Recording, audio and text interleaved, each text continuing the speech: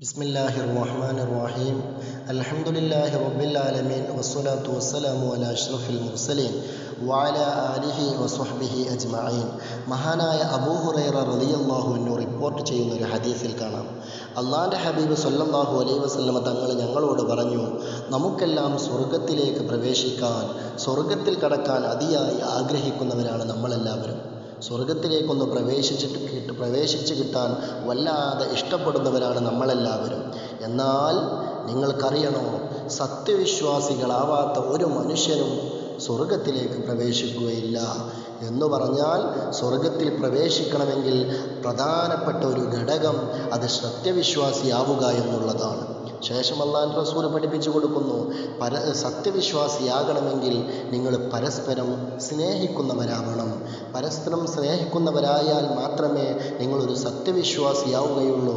സത്യവിശ്വാസിയല്ലാത്തവർക്ക് പരസ്പരം സ്നേഹബന്ധം പുലർത്താൻ കഴിയുകയില്ല.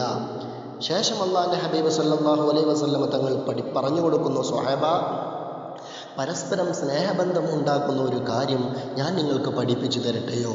അള്ളാഹുവിൻ്റെ ഹബീബിനോട് അവിടുത്തെ സ്വഹാബത്ത് പറയുന്നു, നബിയേ, ഞങ്ങൾക്ക് പറഞ്ഞു തന്നാലും നബിയേ. അള്ളാഹുവിൻ്റെ ഹബീബ് സ്വല്ലല്ലാഹു അലൈഹി വസല്ലമ തങ്ങൾ പറഞ്ഞു കൊടുക്കുന്നു, പരസ്പരം സ്നേഹമുണ്ടാക്കുന്ന ഒരു കാര്യം അത് നിങ്ങളുടെ ഇടയിൽ സലാമിനെ വർദ്ധിപ്പിക്കലാണ്, സലാമിനെ അധികരിപ്പിക്കലാണ്, പരത്തലാണ്. ആര് കണ്ടാലും, മുസ്ലിമീങ്ങൾ പരസ്പരം കണ്ടാൽ ഉടനെ സലാം കൊണ്ട് തുടങ്ങുക. കാണുമ്പോൾ സലാം പറയുക, പിരിയുമ്പോൾ സലാം പറയുക, തുടങ്ങുമ്പോൾ സലാം പറയുക. ഇങ്ങനെ പരസ്പരം സലാം അധികരിപ്പിച്ചാൽ നിങ്ങളുടെ ഇടയിൽ സ്നേഹബന്ധം നിലനിൽക്കും. സ്നേഹബന്ധം നിലനിന്നാൽ നിങ്ങൾ സത്യവിശ്വാസികളായിത്തീരും. സത്യവിശ്വാസികളായാൽ അത് സ്വർഗത്തിലേക്ക് പ്രവേശിക്കാൻ കാരണമാണെന്ന് ഷഫീഉൽ വറ നബി മുഹമ്മദ് മുസ്തഫ സ്വല്ലല്ലാഹു അലൈഹി വസല്ലമ തങ്ങൾ പഠിപ്പിക്കുന്നു. അല്ലാഹുവേ, യഥാർത്ഥ സത്യവിശ്വാസികളിൽ ഞങ്ങളെയും ഞങ്ങളെ കുടുംബത്തെയും നീ ഉൾപ്പെടുത്തി അനുഗ്രഹിക്കണേ റഹ്മാനേ. അസ്സലാമു അലൈക്കും.